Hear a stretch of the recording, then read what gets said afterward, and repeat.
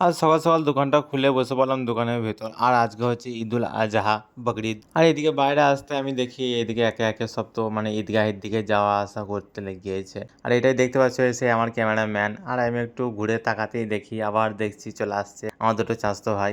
একজনের সালাম দিয়েছে আর একজন আমি পাশে আছি।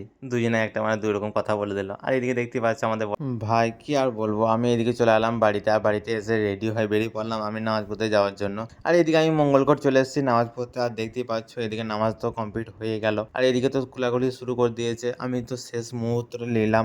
আর এই যে দেখতে পাচ্ছ আমাদের কন্টেন্ট ক্রিয়েটার, সবাই তো চেনো একেই, হাম মিস্ত্রি কেরালা থেকে বলছি।